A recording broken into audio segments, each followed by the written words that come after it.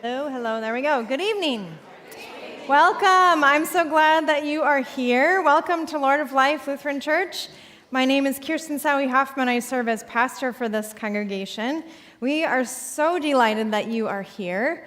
As the front of your program says, the mission is possible because you are here. Thank you for joining us. I want to welcome you to Lord of Life. Welcome to you who are here in this room, including our speakers tonight, and welcome to anyone joining us online. Since we are live streaming this event, it will automatically record on our YouTube channel so that you can go back and watch it or share the link with others who might have had to miss tonight. Mission Possible is the annual servant learning opportunity of this congregation. It started in 2005 under the ministry of our retired deacon, Heidi Cryer. Mission Possible uses an accompaniment model of service where we seek to learn from those in need by being with them and listening to their stories. We seek to be part of what is already being done to serve the vulnerable in our communities. And we seek to interact with agencies that provide direct services to the poor and vulnerable in our community. We recognize that joining together is the best way to address our community's challenges. Mission Possible has taken place at various locations over the years, sometimes local, sometimes regional, or national, or international. Having a local opportunity this year allowed us to rethink how to engage with the community, and I'm so proud of our planning team that came up with the many opportunities for us to serve and learn and listen as we seek to live out our faith in God and in humanity. I'd like to acknowledge and thank the planning team who worked so hard to coordinate all of the opportunities this week, including our incredible lineup of presenters each evening. They are, I'm going to ask them to stand or make themselves known as I say their name. The first one is Carol Moser, who can't be here because she's off on Rotary business, so hello, Carol. The others are Susan Chipman, who's in the back, and Marlise Vutig, and Donna Carey. Where's Donna? Right there. Thank you for your time and energy and sleepless nights. You have a program that will tell you who the evening speakers are each night. We left one side blank so that you can take notes as you desire. There are extra pens out there if you need one. And I have a few other housekeeping things before we begin. There are bathrooms just down the hall if you haven't seen them on the left. And if those are full, there's more all the way down at the very end on the right. There is childcare tonight and for the rest of the week, so if you have little kids or you know people with littles that wanted to be here, please invite them. Our nursery attendants are very kind and they do a good job. If you are signed up for dinner this week, please consider bringing your own refillable water bottles so we can cut down on the waste that those bottles produce. Bottled water bottles are not recyclable in our community, and we would like to not contribute to the waste that will outlive all of us. You are welcome to have your drink in this space, but please clean up if you accidentally create a spill. If you would like to join us for some service projects this week, there are a few signups left that can handle some more people. You'll see them out there on the table. You're most welcome to join us as we seek to help these agencies so they can focus on the work that they do. And then I'll ask you to silence your cell phones, please. And let's get into our content. Tonight, our focus is on an overview of homelessness in the Tri-Cities and possible solutions. There will be a few moderators this week to help guide our time together. Tonight, that person is me, and I'm delighted to introduce to you our speakers, the first of which is Dr. Amy Person, a pediatrics specialist who helped guide the Tri-Cities through the worst of the COVID-19 pandemic as the health officer with the Benton Franklin Health District. She resigned from that position in 2022 and went on to serve as regional medical officer for the Washington Department of Health. Currently, she is an epidemiologist with Benton Franklin Health District. She is going to give us an overview of homelessness in the Tri-Cities.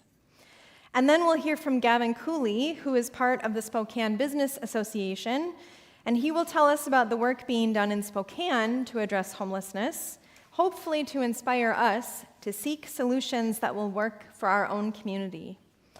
Gavin Cooley served as the CFO for the City of Spokane for 17 years.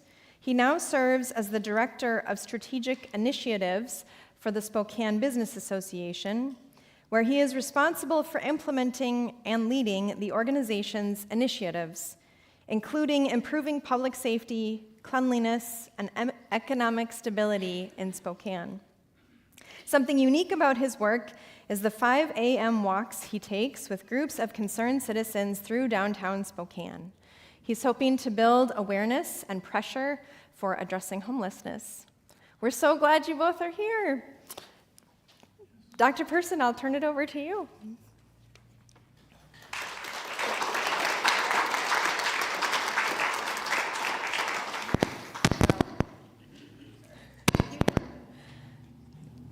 Is it just me hearing a weird noise? No, you're good okay. now. All right. Sorry. Thank you for this opportunity to come and talk about homelessness in the Tri-Cities. As a public health professional, we're concerned with what affects the health of the community, which means we are really concerned with all of those things that can both raise up people in communities and those that are barriers. And that's why housing and homelessness is a public health issue. It's a public health crisis, to be honest. At the Health District, we are not a direct service provider, so we're not providing services for persons experiencing homelessness. We're not providing housing. Our role is really to look for opportunities to bring communities or community organizations or elected leaders together to see where they can work together to address, again, any issue that affects the health of our community.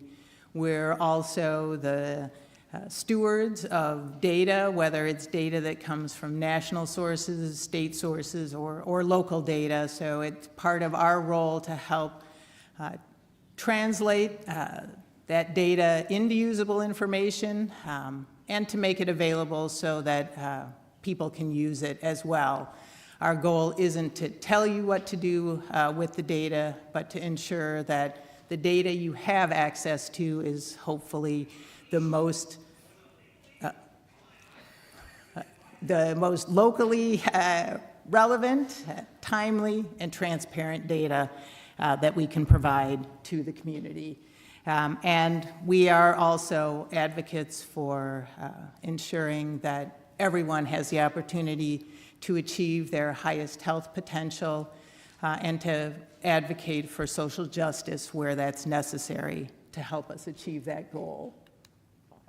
So when we are talking about people experiencing homelessness, it is important to be person-centric. It's always a challenge when we define a group by what they lack.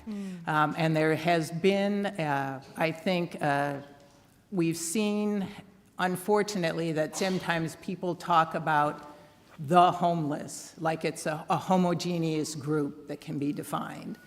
And that's not something we do with most things that people lack, right? We don't talk about the hungry as a single group when we're looking at people who are dealing with food insecurity. So it is important to remember that, and it's important to remember that persons who experience homelessness, many who may struggle with other issues like mental health issues or substance use disorders, those issues are not unique to that population. There are people living in homes who suffer from those same things. We just don't always hear about it because they are not as out or as in the open. So we really try to talk about, the one thing that people who experience homelessness have in common is that they lack housing. And so for us in public health, it's also trying to think about homelessness as a housing problem. So it's not a problem with the people, it's a problem with the resources that we have available. So I want to just go over a little bit of our local data and just some of the cautions that we have with it. Really trying to capture how many people are experiencing homelessness in the Tri-Cities and Benton and Franklin County, frankly, anywhere in the United States is challenging. One of the numbers that is the most reproducible year to year is our point-in-time count, which is when in communities they go out, usually some point in the last couple weeks of January, and volunteers essentially count everyone that they find who doesn't have stable housing, and they try to gather information. Well, as you can imagine, anything that you do that requires volunteers and that occurs in January is likely going to be weather dependent or volunteer dependent. In 2024, Benton County recorded 95 individuals and Franklin County 48. And one of the reasons I say to use these numbers with caution is in this same year in Asotin County, they recorded 125. So I don't think that a county that is about 1/10 the size of Benton County really has, 50% more persons experiencing homelessness. It's likely that they maybe just had more people able to count them, or they knew better where to get them. So we also see in Benton County and Franklin County that those numbers can vary a lot year to year. So it's important not to use those as a way to say our problem is getting better or worse, because it really isn't a great way to help us with that. Department of Commerce also has information that they get from social service providers, healthcare providers, and from some of our places that provide housing for persons experiencing homelessness. So the numbers that we have from that in 2024 in Benton and Franklin County for both unstably housed or homeless, the number goes up to almost 2,800 in Benton County and about 2,600 in Franklin County. And of those, in Benton County, 1,827 were signified as having no housing, and in Franklin County that was 1,655. So you can see, even in our own county, the difference between our point-in-time count and information we get from some of the other providers varies quite a bit. One of the other challenges that we have with trying to be able to use this data here or anywhere else is that we don't have a great way to really see how successful we are in helping people find and keep safe and affordable housing. Because our point-in-time count, honestly, year to year, those numbers could be the same individuals, they could be different individuals. We also, again, don't have a great way to know how long a person may be experiencing homelessness. I'm not going to go over all this other than to say there are many drivers of homelessness, and it's, for us in public health, a lot of what we're really trying to look at is where are the structural barriers, the societal barriers, the barriers that we can address with policy, because we know that if we help an individual, that's great, but it usually takes a lot to help a lot of individuals if we're going at it one person at a time. So we're looking to see what are the ways that we can make a bigger difference, and oftentimes that's what can we do to maybe prevent or reduce the likelihood that someone will experience homelessness, or when they have experienced it, how can we help them kind of climb out of that? And in our area, as in a lot of areas, the shortage of housing, the shortage of affordable housing is one of the biggest drivers. And I'm happy to say that at the Health District, we now do have a dashboard that does include some of the information on housing and homelessness in our area. And again, this is data that's available in other places. It's national and it's state data, but what we're trying to do is sort of bring together the data that is specific to Benton and Franklin counties. And our reason for doing that is, again, sometimes local groups, if they are looking to write grants or to provide services, having numbers that they can follow and can easily access is helpful.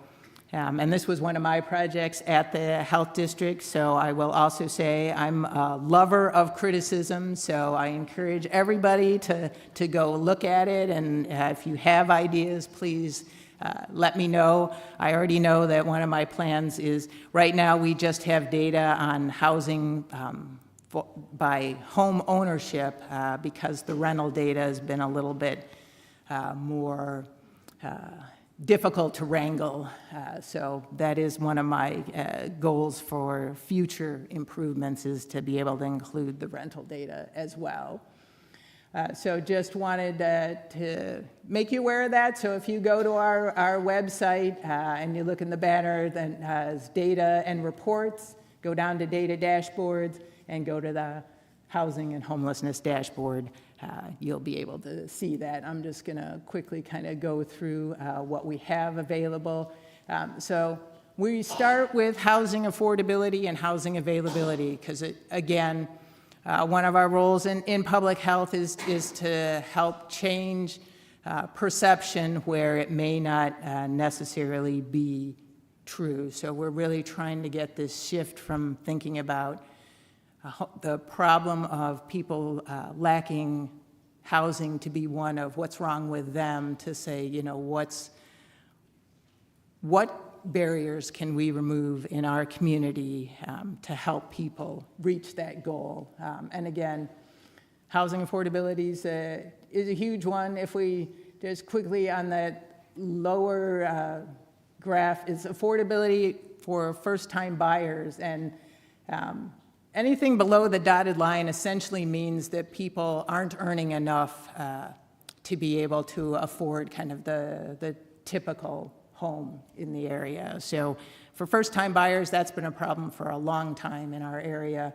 And we can kind of see that since the pandemic, it's actually become a problem for everyone.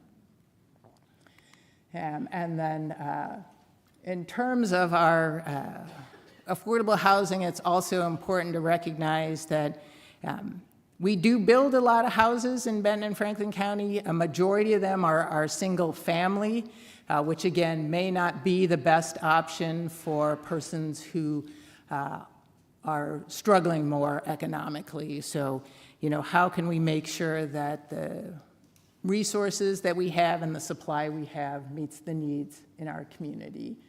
And then,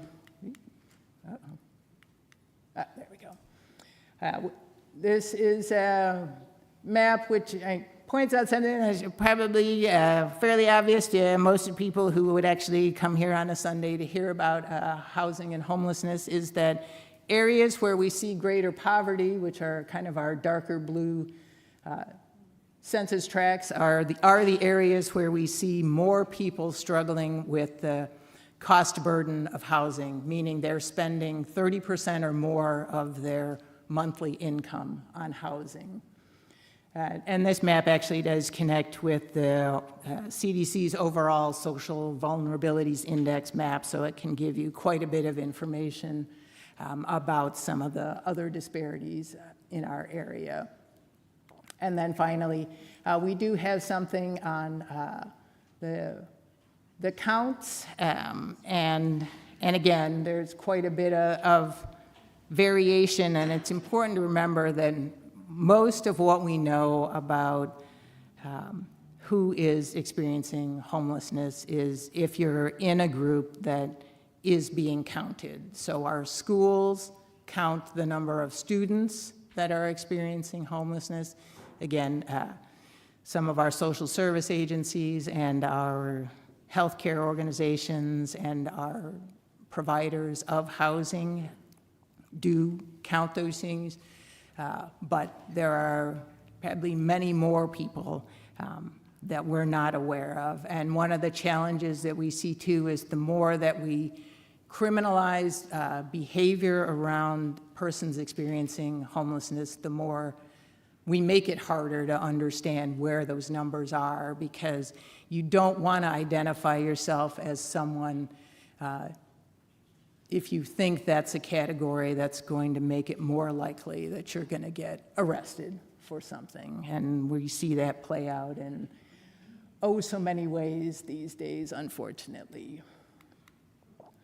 And then this is not from our local data, but I just wanted to point out because, it's sometimes one of the things that I hear a lot is that people who are homeless, they are choosing to be that way. If they would just get a job, then they would be in great shape. And this is data, University of Chicago's economic center actually looked at some data from the 2010 census. And where that arrow is, it shows that 40 to 50% of the persons who were either sheltered or unsheltered homeless actually had earnings, meaning they had a paycheck. It clearly wasn't a paycheck that met the needs of what the amount of money they needed to afford housing. But it's not that they're all just lounging on the streets, waiting for a free ride. The other thing, too, that where we can see that sometimes when you're riding on that razor's edge of having enough and not having enough is where things become more challenging. So if this one, that top orange line, that's the overall housed population, and then the lines below are those that are the sheltered homeless, unsheltered homeless, and actually also our single housed poor. So this was from 2018, they looked at this. But if we look at the income, we see that those that are struggling with housing, it's about half. So again, this is where we see that if you're already struggling, it doesn't take that much to move you from someone who has a safe place to live to being someone who doesn't have one. And then finally, this is from Out of Reach. So it's the hours at minimum wage needed to afford a one-bedroom rental home at fair market rent. So as the numbers get darker, the number of hours goes up. And actually, the darkest blue is needing more than 80 hours a week. So essentially, you need 2 incomes to afford a one-bedroom rental. Our area is the sort of lighter blue, so it's not quite as severe as some of the higher-priced urban markets, but it is still more than 40 hours a week. So again, it becomes that challenge that if there are not jobs that pay fair wages, then we see that trickle down. And some of the data from Washington shows that I think 14 of the 20 most common job categories, you cannot earn enough full-time to afford a home. That's right, questions are later. Come on, follow directions. That's my excuse to not have to answer on the slide there. All right, so, from public health, in terms of what are we looking for as solutions? Again, we're not the experts in saying this is what needs to be done. Where we're looking is, do we know work that's going on in different groups among different sectors in our community that we can bring together? How can we improve the data that we have that's available so that we know when we are successful in doing what we want to do? And where are there models that have worked in other places? So, again, the United Nations stated that housing is a human right, so it's not a luxury. Homelessness is not a choice. If someone is not taking advantage of what is being offered, we have to think about why is that? Is it because of what they need to do in order to get there? So again, we just always want to try to think about when there is a gap, what are the different ways that we can look to shortening that? So we aren't necessarily the ones that are going to have all the answers, but hopefully we're going to be the ones that maybe will come up with the questions to say, let's look at this a little differently. And I think that is it. So thank you.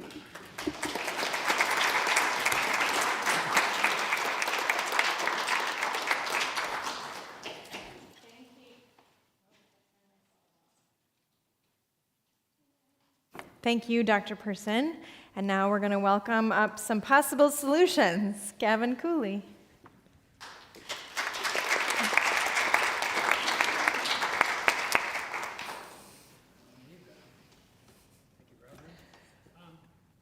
I'm really glad that Dr. Person covered what I would call economic homelessness so well, because I'm going to kind of narrow the conversation. I'm going to narrow the conversation down dramatically to something called chronic homelessness.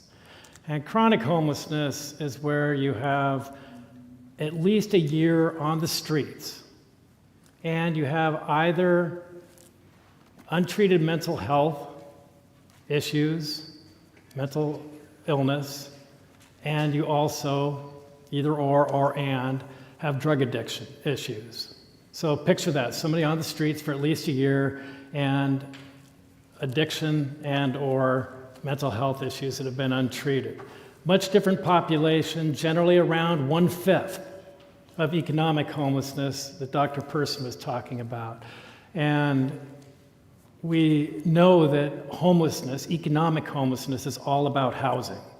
It's all about housing. There's a book written by Dr. Colburn and I forget the other author out of Seattle, where the book is called Homelessness is a Housing Problem. But in the last few years, we've had something kind of intervene in our normal work on homelessness called fentanyl.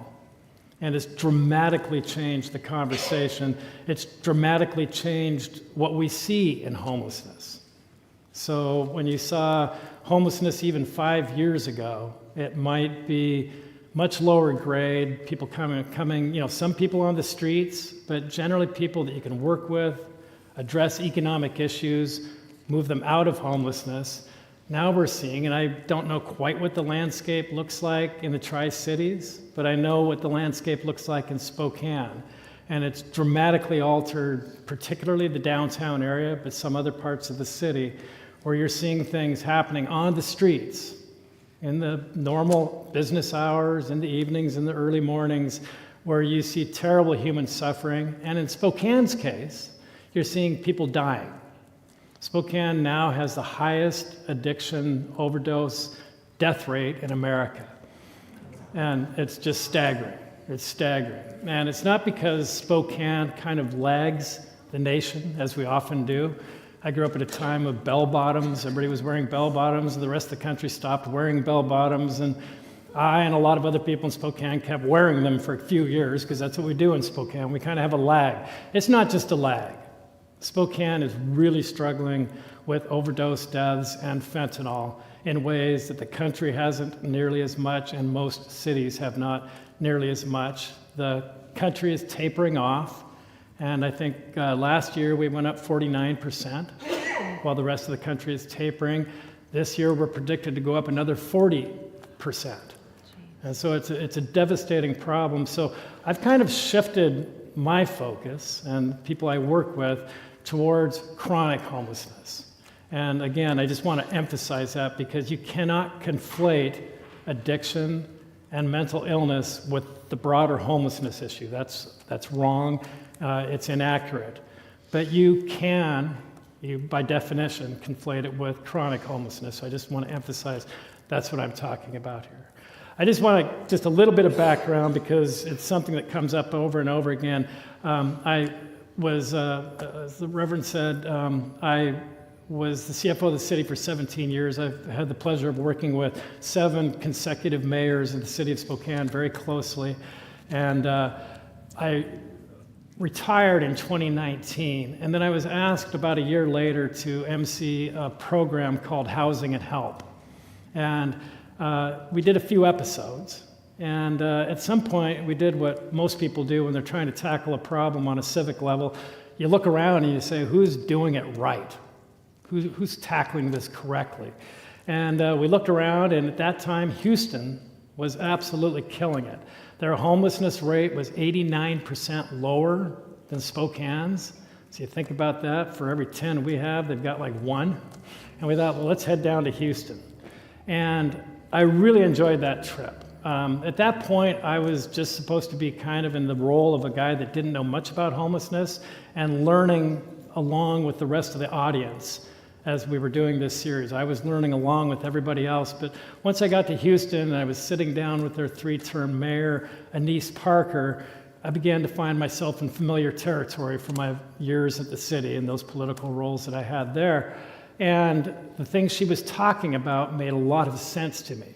You have a tremendous number of systems that are working together or not working together. Dr. Person referred to a lot of them.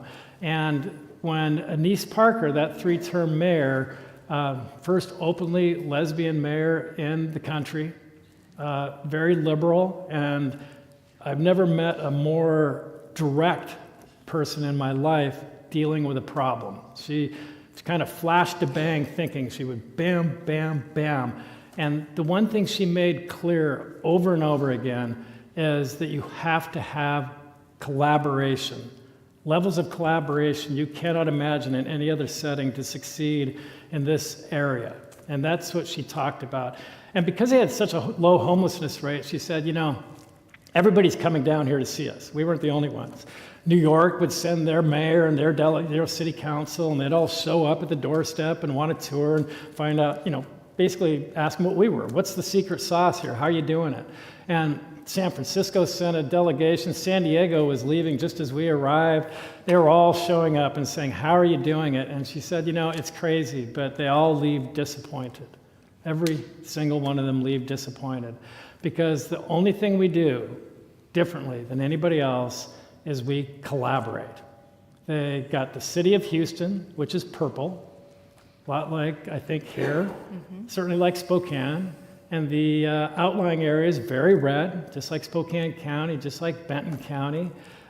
They brought together 3 red counties, Harris County, trying to remember the other 2, but North Bend, I think, and another one. Yeah. Yeah, thank you. All 3 counties together with the city.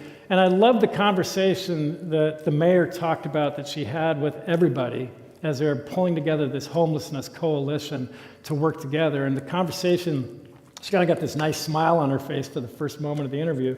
And she said, we went to people and we said, it's great the work you're doing in the community. You're helping, you're working hard, you're in the helping profession. We'd like you to work with us. We'd like to have a strategy where we all come together, we all collaborate, we all understand where we are, we all understand where we're going. And you're an independent organization, and you certainly don't have to join us, but if you don't join us, you won't see another damn dollar again from the community. And she was like steely solid on that one. And she said, and then she kind of laughed and said, and it's funny that everybody joined. And there were a number of organizations within the homelessness response system that we interviewed while we were there, and they were fantastic stories. Every one of them said they strongly resisted Annise Parker, the mayor's initiative, strongly. They resisted it. They had a niche, it was working, and they really kind of felt threatened by it and thought they might go out of business. And here they were 10 years later saying it was the best thing that ever happened to us. Now, I don't know how Houston is doing since the fentanyl has really descended on everybody. And it's only been about 3 years that it has really changed everything. We did bring Anise Parker to Spokane. We brought Mandy Chapman Semple, who designed their system, for a week to Spokane. We brought together 8 jurisdictions in Spokane, a small group of us, 8 jurisdictions, Spokane County, Liberty Lake, Millwood. I didn't even know Millwood had a city council, but they do.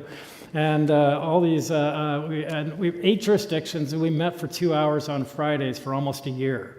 And we had somebody from the legislature on the right, somebody from the legislature on the left. And then we had their mayor, and then they had their key staff, usually their city manager or whoever, coming into these long meetings. And we pounded out a collaborative approach to how we would address economic homelessness, because even 3 years ago, we weren't really thinking about chronic homelessness yet. But we had a charter, we had enabling legislation, we were going to use what's called a public development authority to move it forward, and we had all 8 jurisdictions ready to go. At that point, at the end of 2023, we had what appeared to be a new mayor coming in. We kind of waited to make sure that new mayor was on board. We knew we'd be working with her, of the city of Spokane, and I was briefing her regularly. But as she came in, she paused with me just as she took office shortly after, and I was meeting with her weekly. And she said, "You know, Gavin, I'm not real comfortable with our partnerships in Spokane." And she rattled off a few of them. There was Spokane Regional Emergency Communications she felt wasn't working well, which is a partnership. Spokane Transit, which is our transit organization, she felt like wasn't working well. She felt like Spokane Regional Health District was having its problems. And she said, "I'm not comfortable forming another partnership in which I'm not completely comfortable with the partners." And that just demonstrates how difficult collaboration can be, because at that very point, that was the end of it. And even though we had 8 jurisdictions in agreement, and I think the new mayor had valid concerns about the existing partnerships, but it just stopped there. Now, we have one-off collaborations. We have a lot of one-off collaborations, but I think we all know the difference between a little project here, another one over here, versus an overall umbrella that brings it all in, like they had in Houston. So I give you that as background, because we haven't given up. And so we took a breath, and I pretty much stayed with the same group, and it's probably just like all of you. You have people that you've worked with a large portion of your life, and I kept on working with former mayors. I continued to meet with those people, and then I had a few other close people I've worked with, and we just keep pushing it forward. It is about collaboration, but I think I want to shift just for a moment to fentanyl so you can understand the shift that we've made a little bit better. And I have a lot of slides on this, but I'm just going to describe them for a moment. So Spokane's per capita overdose deaths are projected by this year are 90. Tacoma's are about 40, Boise's are about 20, so more than 4 times as much as Boise, which has a very similar politics as Spokane, very, very similar. Wichita is about a quarter, United States is about a quarter, and we're much higher than San Francisco, Portland, or Seattle, areas that in our minds, I think we tend to contrast with Eastern Washington, whether it's the Tri-Cities or Seattle. But just talking about fentanyl. Fentanyl is, at this point in time, 100 times more powerful than morphine. It's 50 times more powerful than heroin. And there's a lot of ways to measure that, but I've looked it up a number of ways, and Dr. Person could probably explain what more powerful means in detail, but it's well accepted from the CDC and other organizations, 50 times as powerful as heroin, and it's changing daily. The fentanyl that we see today is not the fentanyl we saw last month. The price has dropped in the last 3 years by somewhere between 90 and 95%. So it was about $25 just a few years ago for, I'll call it a dose, which was a pill. I think it's an M50 pill that was kind of made to look like fentanyl pills. But even that is inaccurate because last year we were counting the number of fentanyl pills confiscated by the DEA, by the Sheriff's Office, by Spokane Police Department, and those don't really exist anymore. It's fentanyl powder, and that's just changed in a very brief period, and now the powder is on what they call foilies, and they burn it and they smoke it, they inhale it through a straw, which is different than just a year ago. So it just changes so rapidly, the composition changes for a variety of reasons, and it's really easy to obtain. Like you'd think, well, why not just stop it? But it would take about one truckload, one semi-truck with fentanyl and something called carfentanil to supply the entire country for a whole year. It just gives you a sense of how compact and concentrated this is. So it's really hard to interdict at the borders, and it comes through the mail. It's mailed from China into America. Oftentimes it comes from China into America. It's sent, the ingredients are, and then they're sent down to Mexico and they're mixed and then they're brought back to America, but it's really tough to stop. We just had an arrest in a house, a drug house near North Central High School in Spokane, across the street from North Central, that had enough fentanyl to kill 200,000 people. And that was just one bust, and there's probably much, much more out there. So it gives you just a sense of what we have, and then there's a lot of other indicators in our community of how damaging this is. We have neonatal abstinence syndrome, which is babies being born addicted.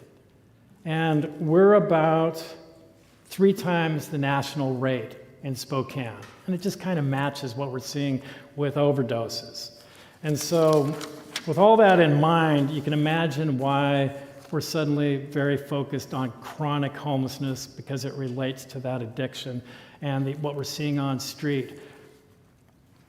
My family has struggled with addiction, and so it's something that's very, very personal to me.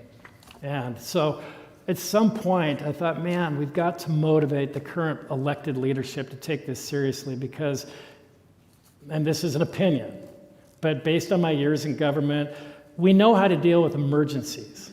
You know, we know when a fire starts, we know what those emergency protocols look like. We roll out and we keep rolling out until the fire is out. You don't hear the 6 p.m. news and say, well, we're making great progress, but it's Friday afternoon. We'll get back to you Monday morning and tell you how we're doing. They work right on through and they keep going until the fire is out. And as we're watching, say something in the neighborhood of 10 people die per week in Spokane, I just don't see anything like that. Nothing like it. And it just seems to be business as usual. And it's really tough because I think this is a different kind of emergency, but this is way more deaths than if you add all the natural disasters up in the history of Spokane, they don't add up to the number of deaths we have in 1 year from fentanyl. So if somehow death is a measurement of what an emergency looks like, fentanyl is the real deal. But we've got to get our heads around how to move forward on this new type of emergency. So I was really excited when I was looking around like all of us do. You get on the internet and you just keep looking. And you're listening to podcasts, you're reading articles, you're gathering everything you can, and then I realized just one of our neighbors, Portland, last year, Governor Kotek decided we're not going to watch our number 1 city go down the tubes, and we're going to work with them and bring them back. And we know Portland had a tough time. They had legalization that really challenged what was happening in Portland, and the timing just couldn't have been worse. With fentanyl coming on board, at the time they were trying to kind of bring together legalization with clinical help. It just didn't work out that way. Fentanyl swamped that boat. But then they also had the protests, much more than any other city. And then they had the crises that we had. They had COVID and now fentanyl. And they've had been devastated by it in Portland. And I have a lot of family in Portland. You're closer to Portland than Spokane is. I imagine a lot of you saw what happened in Portland. It was really sad to watch. It's an amazing city. So, as I was saying earlier, I started these 5 a.m. walks to draw attention to the political leadership that we have to do something about this. And basically, it was a metaphor. It was to say, you know, Mayor, if you walked out, if you were sitting with your cabinet and you said, we're going to do something different tomorrow. We're going to have our cabinet meeting at 4 a.m. outside, and I want everybody there. And the great thing about mayor's cabinets is none of them have civil service or union protection, so you actually can tell them to be out there at 4 a.m. And unless they don't want a job, they'll show up. And then just go for a walk. Go for an hour-long walk at 4 a.m. with your cabinet.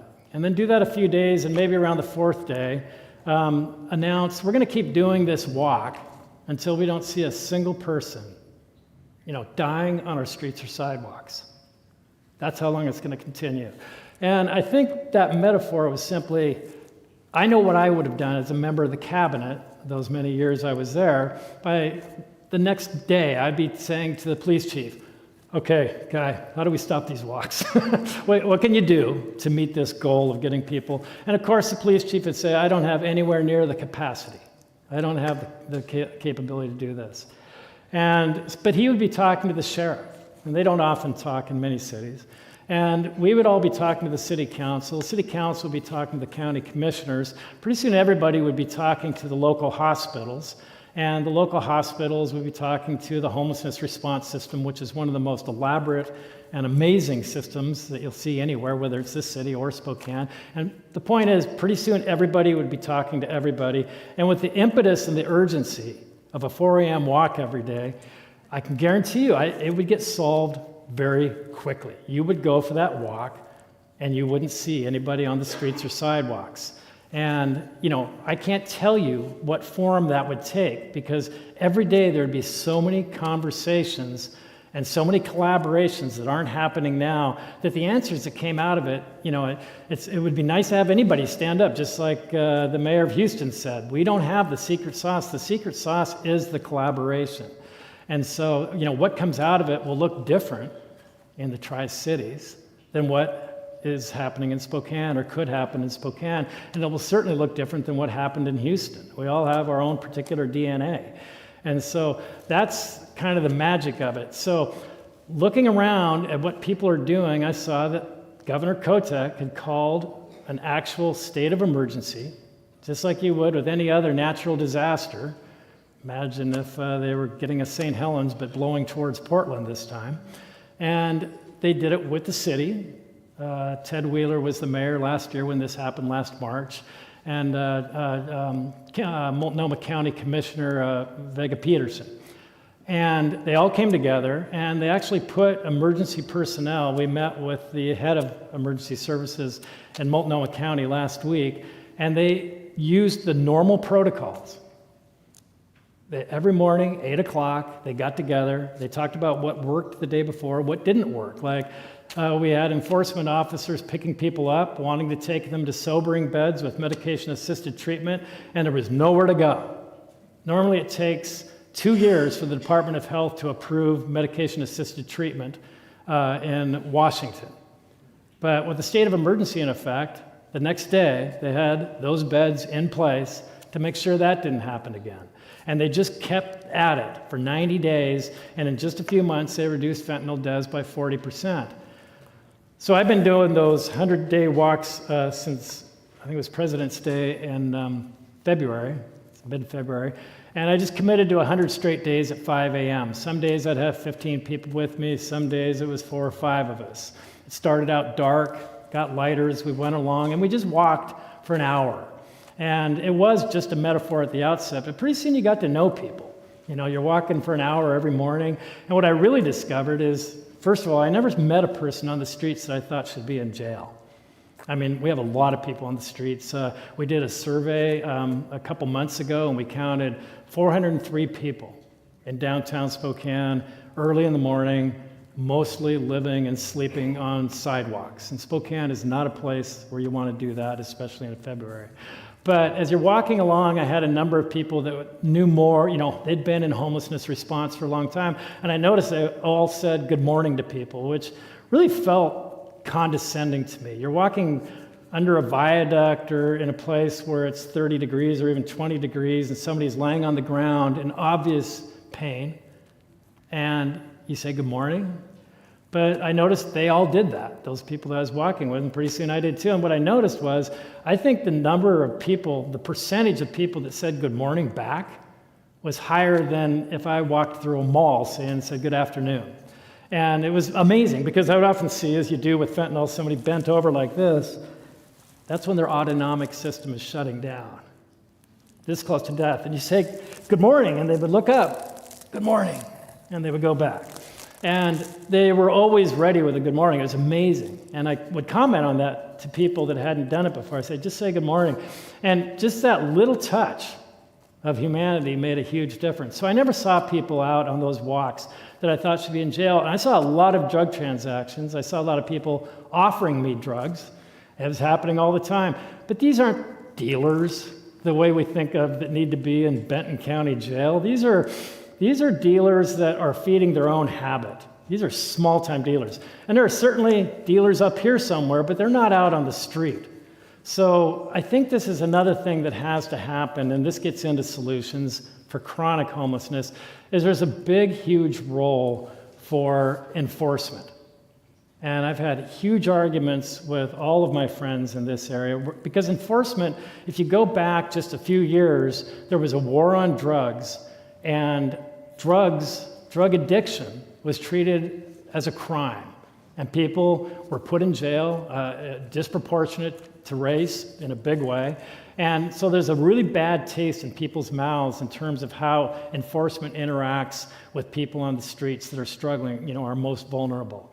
And yet, when I went to Portland, at the end of my 100 days, and this just happened 2 weeks ago, I decided to revisit Portland. I'd been there a lot last year. I decided the last 4 days, I decided to do 1 day in Portland, a day in Tacoma, and 2 days in Seattle. It's a little bigger area. And just do my 5 a.m. walks. And I got a lot of family in all those places, so I met with family, got out at 4 a.m. in Portland, and I went right through till noon. Part of it was walking a few hours, and then part of it was on scooters to make sure I saw everything. And the reason I skipped to scooters is I was so surprised by what I was seeing, that the places that I'd seen last year that we've all read about, the Pearl District, outside Powell Books, the U.S. Bank building, which just sold at a tiny fraction of what it was valued at just a few years ago, these real problem areas, they've done a complete turnaround. And that's because of that emergency response last year, which has continued. They had 50 employees dedicated every single day for those 90 days. They've got this 150-page report institutionalizing everything they learned, and they've continued right on. They're a long way from solving this problem, but you can't believe the turnaround. Enforcement is engaging in Portland in ways they never did before.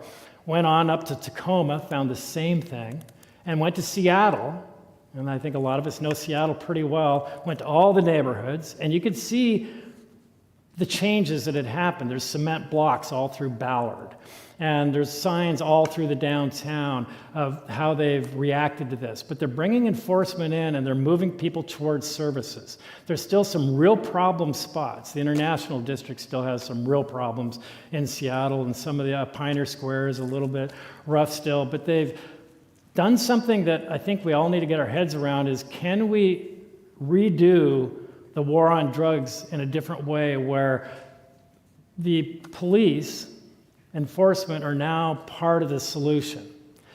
So just to give you an example of what I said we kept trying in Spokane, and I'm going to put you through a little bit of a boring moment here perhaps, but we're really getting frustrated.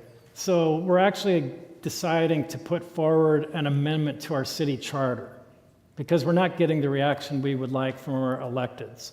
And doing that is a little bit like amending the US Constitution. You don't normally do that. And it certainly would have annoyed me when I was CFO of the city if somebody tried to do a city charter change to tell me what to do. But we have city charter things like that, for instance, say 8% of the second preceding year's general fund goes to parks.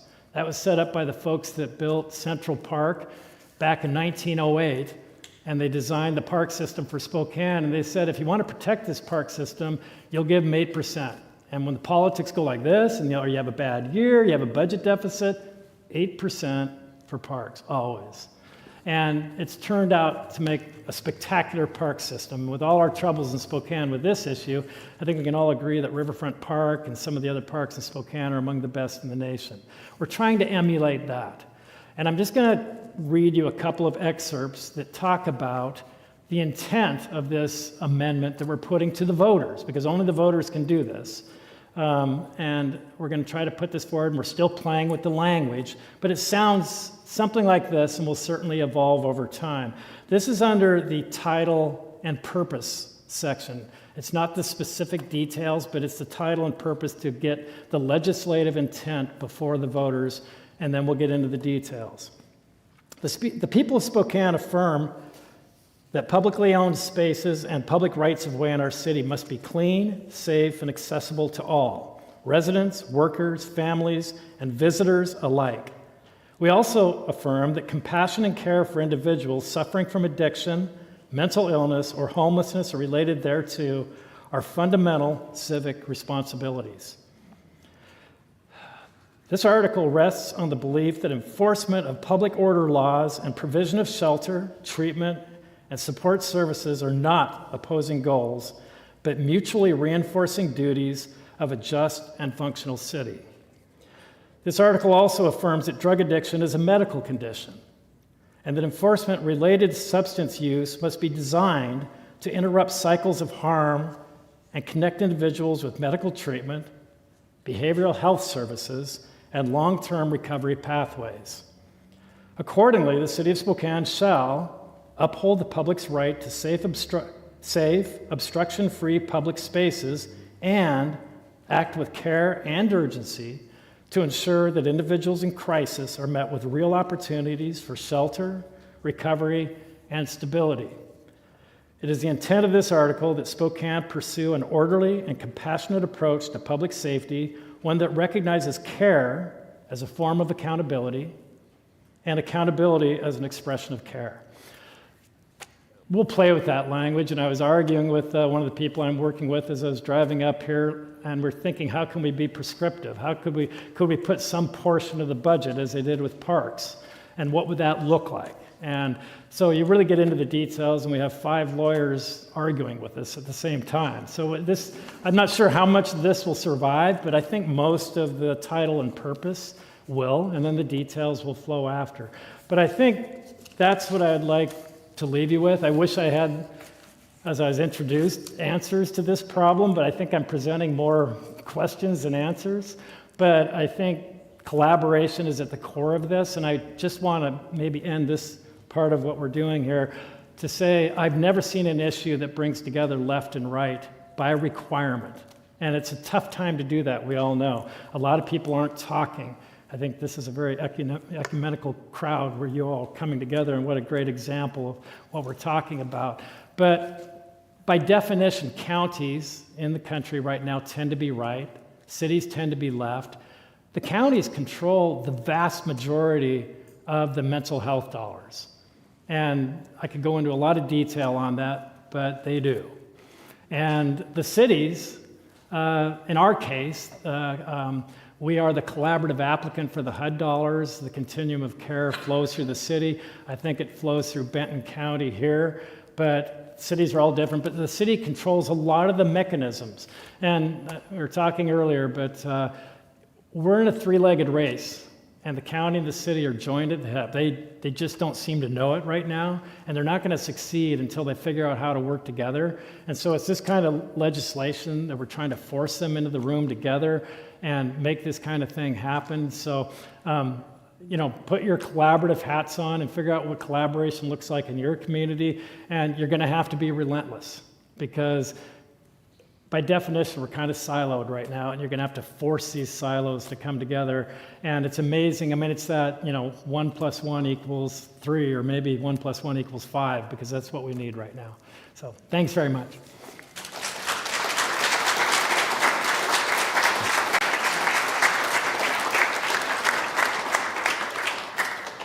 Thanks, Gavin. So now I'm going to invite you guys up to the table. We're going to open it up for questions. If you have any, I'm going to come around with a microphone. Anybody want to go first? All right.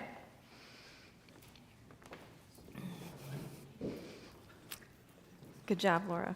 Okay. This is a, Nope. maybe not. Is it on? Is it on now? No. How about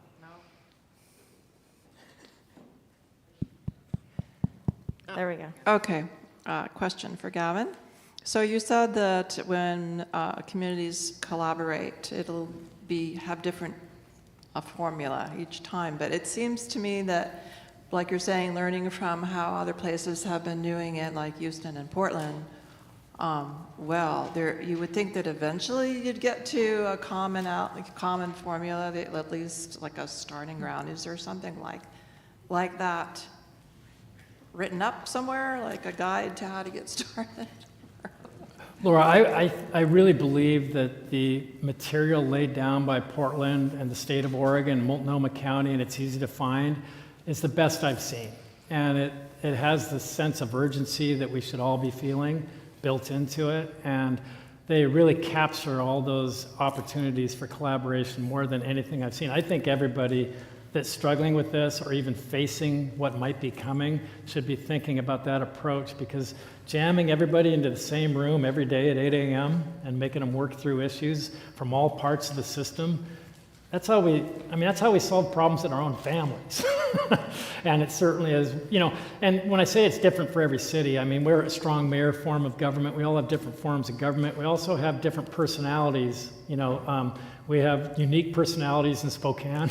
So you all have to figure out ways to do that. But I think the state of emergency is something that cities and counties are going to have to look at. And I really strongly recommend that it be, you talk to the governor, that you talk to the mayor, that you talk to the commissioners, because they all have unique powers and you need all of them to really tackle this. Any other questions? Right there we go. Gavin, I've already talked, and I hope we have more conversations. I'm Chuck Heineman. I'm with the Walla Walla Alliance for the Homeless. One of the pieces of data that we would like to have, and I haven't been able to get it, is what percentage of the aid calls in the county are for people living outside. Because in Seattle, that's 30%. And when you do the math in terms of what an aid call costs, and then what a corresponding emergency room visit costs, people who are conservative, like CFOs of cities, begin to do the math and say, this is really expensive. So do you have access to that kind of data? Chuck, I probably do. I haven't looked at Spokane's, but I love your reference to CFOs. CFOs will tell you the worst place, aside from the compassion and the other considerations, the most expensive place to send somebody with drug addiction and where the outcomes are the worst is the criminal justice system. Mm-hmm. And I can't tell you how expensive it is. I've worked with Benton County Jail in 2012, 2013, and others. It's just a disaster for work. It's not suited to this. I'm not saying it's a disaster. It's a disaster as a response to this. And I do know that CFOs in all the sectors are the ones that should be working together too, because we're finding that more and more cities are working with the hospitals, because if you empty the ERs of all the folks that are coming there and treating the ER room as kind of their general practitioner, there's many millions to be saved. And if you have a constructive relationship with those hospitals, MultiCare and Providence, primarily in Spokane, there's a reciprocal relationship that can be formed that's worth millions coming into the response system. And I still talk to a lot of firemen and police, and boy, have their jobs been dramatically, as you're pointing out, altered by this situation, and it breaks their hearts and it tears them apart. It's not what they were designed to do, and yeah, we need to get this fixed. Yeah, just two other comments. One is, We sheltered someone for about a week who needed a higher level of care, and we did it as a favor to Providence Health. We saved them $50,000. Wow. You know, so the math is important, and I'd just say that kind of the pioneers of the Housing First initiative were Seattle and Utah. And Utah is not blue, but they are good at math. Yeah, so I think that data would be really helpful. I'd love to have it in our. I'll check our that, county. Chuck, and I've got your information too. I just want to mention Housing First is one of the points of contention, and conservatives, often criticize Housing First. They say you can't just throw people under a roof, and Housing First is the official policy of the federal government and of HUD.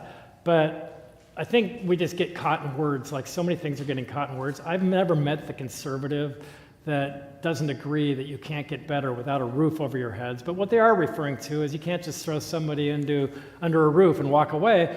But I haven't met the blue person that says, yeah, we should throw them under a roof and walk away. It's a roof with services, and I think we all agree on that. Thank you. Go ahead. You want to take it? About a housing coalition, is that something that you would recommend groups of people to get together to put that pressure on our legislators and our? Yeah, it's a big umbrella, and everybody does it. We use public development authorities for our airport and other things in Spokane, and so that would seem to work. But you just want that big umbrella that pulls them all in, and you agree on the plan. You can't really tackle a problem if you don't have a plan and everybody's in on the plan. Because they often, sometimes you'll have an organization with 30 beds available of a certain type. Over here is completely overbooked, and they're not talking to each other. And there's a million examples of that. So yeah, I think some formation of that, but it's hard to do. I think this is a question for Amy, but as the fentanyl problem was introduced, and I had a talk with Andrew Porter at the Union Gospel Mission, who made the same point that Gavin made about fentanyl was changing the nature of the problem. And I wondered what statistics you had about how things were in the Tri-Cities. And I'll say I don't have those offhand, so I can certainly see what I can make available, but I would agree it has changed things, not in part because it is so lethal in such a small dose, and because it sort of ends up in many things. So that's where you run into the problem. Someone doesn't think they're starting with fentanyl, but they're on something that has fentanyl in it. One other thing I'll add is that it's also been so much challenging to have looked at it historically, because for many years we didn't, the state of Washington didn't actually track fentanyl because it wasn't necessarily something that was being measured in every autopsy the way that other opioids were.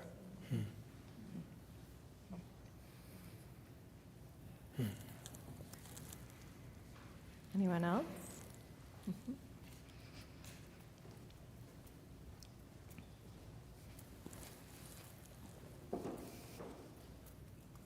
This is also a question for Dr. Person. You asked about information for rental. What are you looking for specifically from the rental? We belong to a rental association, and we're wondering if we could do anything to help you find the data that you need.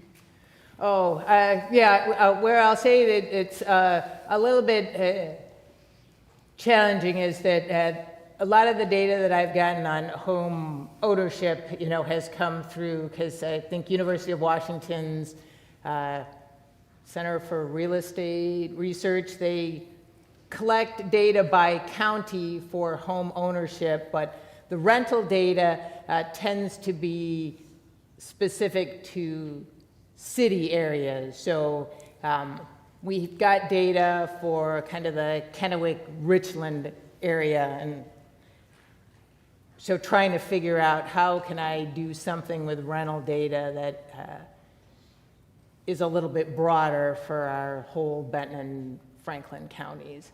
Because I'll say, I think one of the biggest challenges with data, and not just data around housing and homelessness, but data around everything, is that how do you sort of highlight where there are gaps or problems without having the conversation then become, well, it's because it's a problem with them. I mean, this is the issue we have with any kind of, trying to look at disparities, whether it's based on gender or sex or race, is if you identify, oh, here's a group that has higher rates of something, then how do you get people away from automatically saying, well, what's that group doing wrong? What?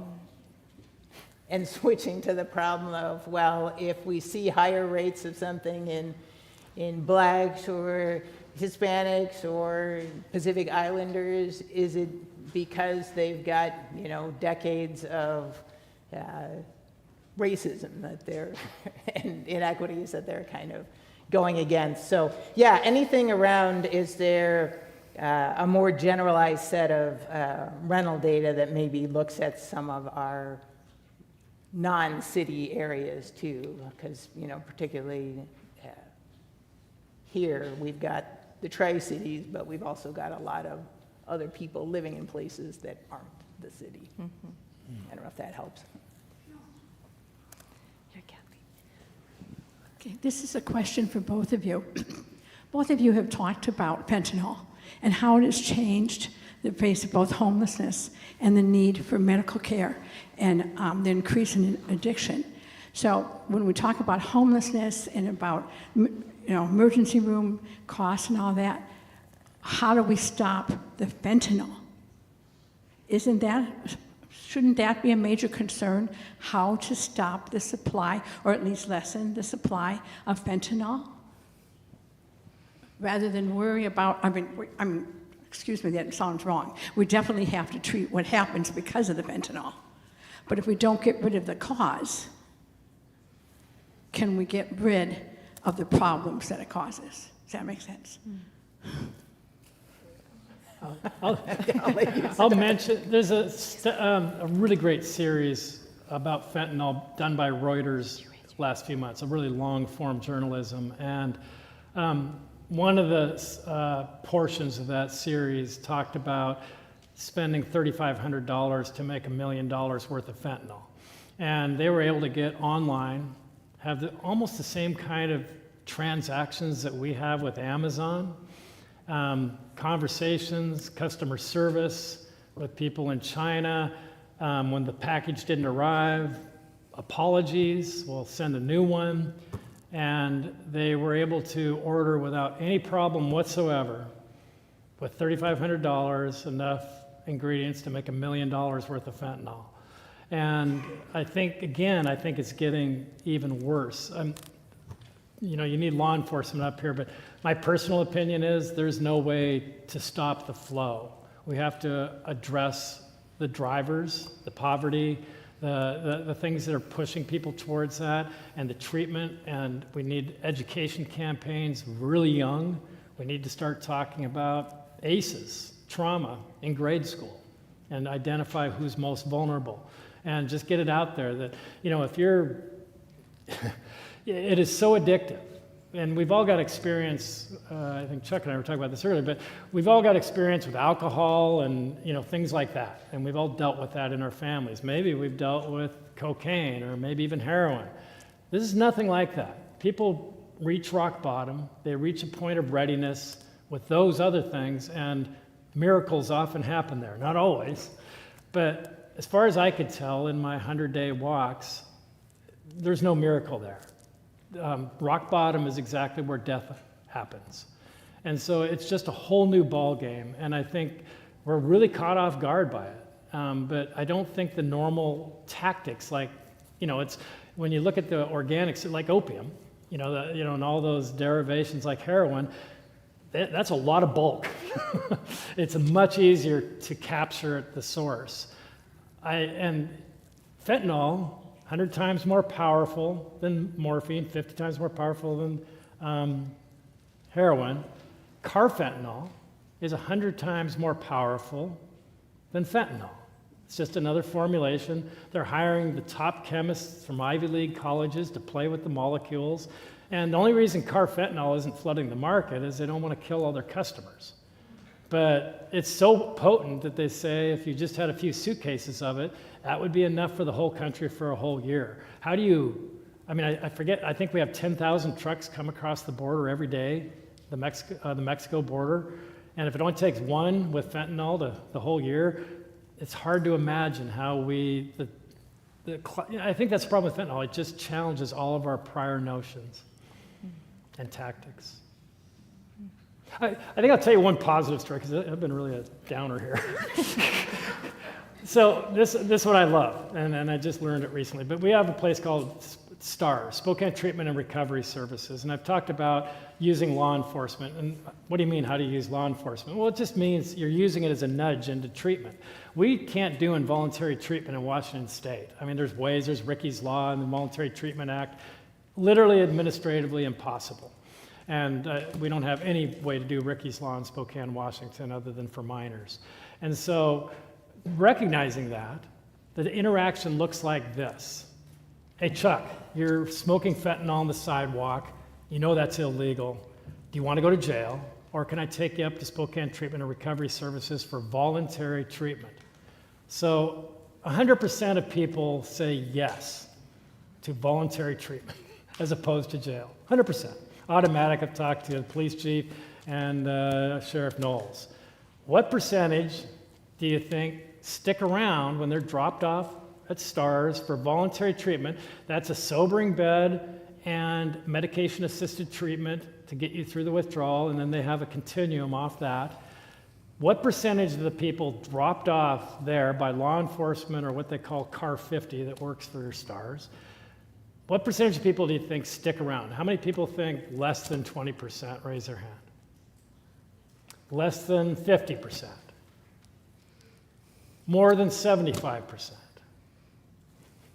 I'm so impressed. I think I guessed like 6%. It's 82%. They've been measuring it since December 1, and it's a remarkable statistic. So there's a lot of hope out there. And there's Portland, Seattle, Tacoma, who are starting to turn it around.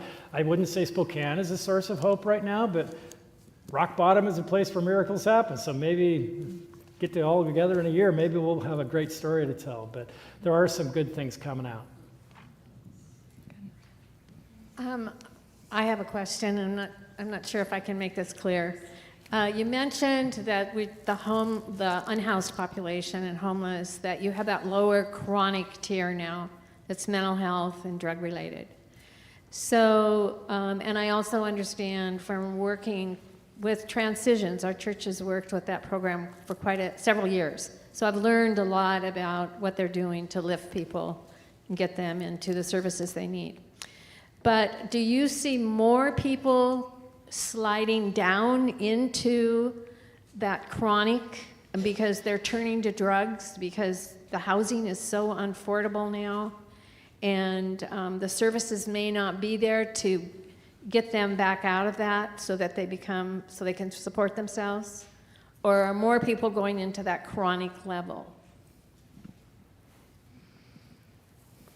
Well, I'll say in the Tri-Cities, I don't think we know that, and I think that's part of our challenge with the types of data and information that we have available. We really don't have a great way to follow someone, on their sort of journeys up and down, because I think we could certainly be seeing either. We know lack of safe, affordable housing is a driver, but we also know that substance use disorder, mental health issues, domestic violence, economics, all of those things can certainly be a catalyst. So, yeah, sometimes trying to think about, what's the chicken or the egg, is part of the challenge. And so some of it is trying to say, what are some of the foundations that we need to have in place? Because, a lot of trying to address problems, whether it's addiction or anything else, is meeting people where they are. And so part of that is trying to see, do we have the services that people need when they need it? Because that's the challenge, you talk about kind of the rock bottom being sort of the place of miracles, but, sometimes that rock bottom, somebody's only there for, they have that maybe hour or two where they're willing to be there. So if your response is, okay, here, call this number tomorrow and someone will help you, well, maybe that window's gone. It's the same thing too when we try to think about what is our challenge with housing, because of course I also, hear from builders and things like that, well, there's so many regulations, it's very hard to, create the certain kinds of housing. And I'll say this is where, we've seen some positive movement. Pasco has changed some of their regulations around multifamily housing to make it that you can build things in different places or accessory dwelling units. So again, what barriers can we get rid of that isn't necessarily going to fix those problems, but can we create a foundation that makes it less likely for people to move into that? And, just want to pivot back a little bit to that, question about, why can't we do more to stop fentanyl? I'll say with anything that's chemical, even if you try to regulate it, well, the good chemists are going to know, I'm just going to move this carbon or this oxygen, and then this compound is no longer illegal. It's just a different one. So that's why kind of chasing it at that end, besides all the other issues, is usually not necessarily going to be that effective.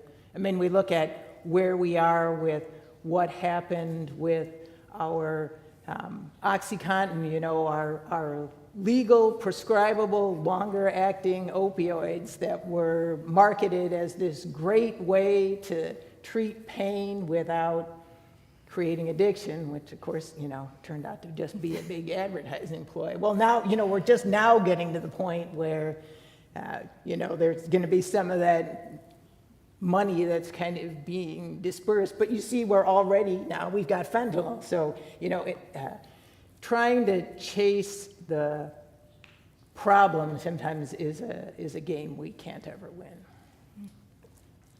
I think we have time for one more question. Is there all the way over there? Okay.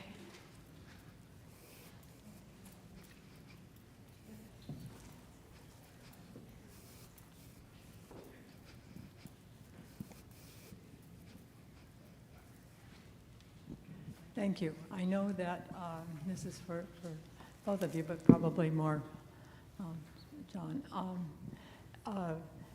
I know that mental illness and the proportion of people that get into homelessness through that, and this comes from personal experience in my family. My grandson spent 4 years on the street, in and out of jails and hospitals, and until he finally found a treatment that kind of worked, but it was too late. And he jumped off a roof and killed himself. Or died.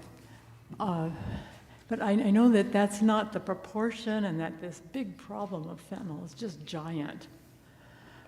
But to have that same amount of compassion and resolve to treat people instead of jailing them, where you have people that are counselors just saying, well, the best place he can get help is if he goes to jail. Well, that doesn't work very well.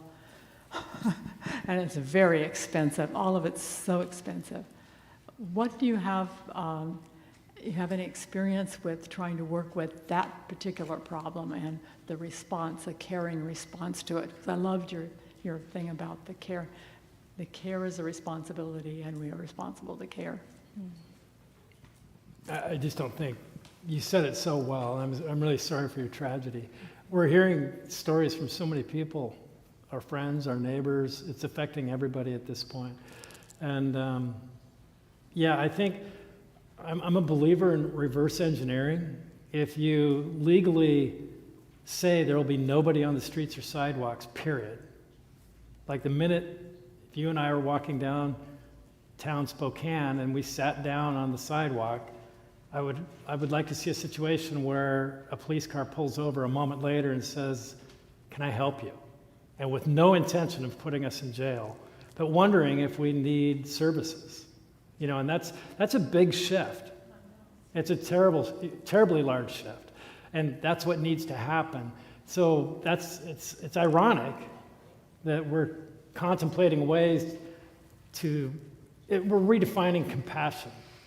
And it's really, I think it's a really tough one for people because our natural compassionate response when we see somebody on the sidewalk, the last thing we want to do is hassle that person. Hassle them, bother them, tell them they can't be there. And that's, in my belief, I think that's exactly what needs to happen. But to your point, not to the criminal justice system for a million good reasons that you articulated so well, to get them into the services they need. And I'll just say, as a CFO of the city for 17 years, I brought the city's credit rating from one notch above junk status to AA. I understand the need for a fiscally healthy and viable community. That was my life. But I am absolutely certain we have the resources, if we collaborate, to have that system in place. I never once saw where money was the constraint on doing something that needed to be done. Never once in my career. I did see that a lack of collaboration made it impossible over and over again. And so how do we find that resolve? I think we find it in stories like the one you just told. Well, thank you, Gavin and Dr. Person. We are so grateful for your sharing. I want to close us. Yes. Tell Bob hello. May not have given us all the answers, but certainly lots to think about. I want to close us with a poem, and before I do that, let's just take a moment of silence and kind of let all of that settle in to our bodies and our hearts and minds as we absorb from this conversation.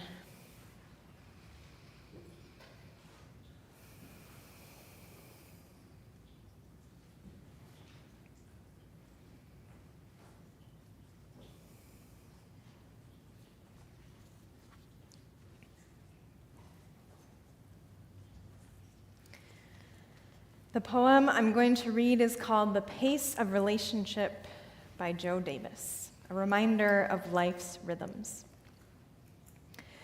Life moves at the pace of relationship. The depth of our transformation is as deep as our grace and patience is. It takes as long as cultivation does. Take your time. You can't plant the seed and eat the fruit the same day. You got to cultivate the soil. What you reap, what you think, what you speak is a seed that you keep watering. Life moves at the pace of relationship. The depth of our transformation is as deep as our grace and patience is. It takes as long as cultivation does. Take your time. Not just gracing the surface, but grace at the center, grace in the core. When we give away grace, we only make space for more.